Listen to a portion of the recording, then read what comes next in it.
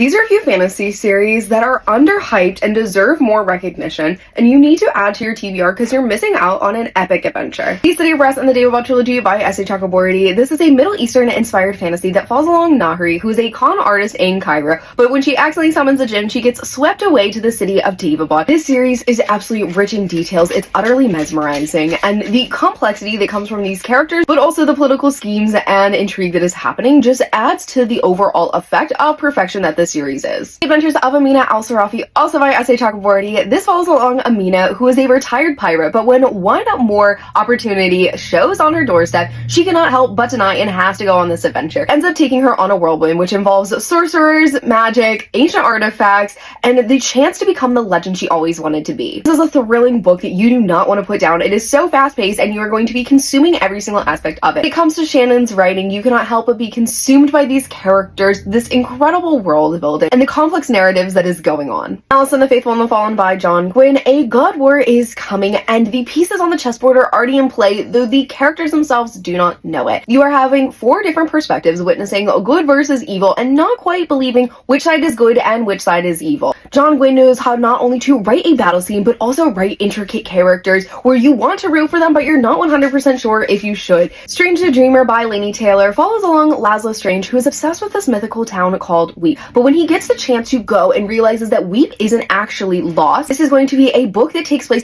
after the war has already occurred. So you're watching the consequences of people's actions, and you are really getting to see how it affects and how war impacts other people. This book is magical to its core. When it comes to Laini Taylor's writing, it feels like a fairy tale, but you can feel the pain, sadness, love, joy, every single possible emotion, also weeping off the pages. A Daily Education by Naomi Novik. Not only is the school trying to kill its students, but its students are also trying to kill other students. This is a dark academia mixed with magic, and it is so much fun. Elle also has a deep secret that could end up destroying not only this school, but also every single student there. This is a brutal coming-of-age story full of wit and banter, but also monsters under your bed and in your heart. Children of Gods and Fighting Men by Shauna Lawless. This is an Irish historical fantasy steeped in Irish culture and history. It follows along 2 main characters, Gorma and Forla, who are both of 2 different immortal magical races that are both wanting the end to each other. As immortals, Gorma and Forla are meant to stay out of human affairs, but they do not. And as their paths intertwine, the complexity of this war, but also their characters, starts to really seep in and impact the war itself. This book is rich not only in Irish history, but also rich in the details when it comes to the magic. I also cannot help but love just how complex Gorma and Forla were. It was just so beautiful to have these strong, powerful women, but also willing to fight each other for themselves.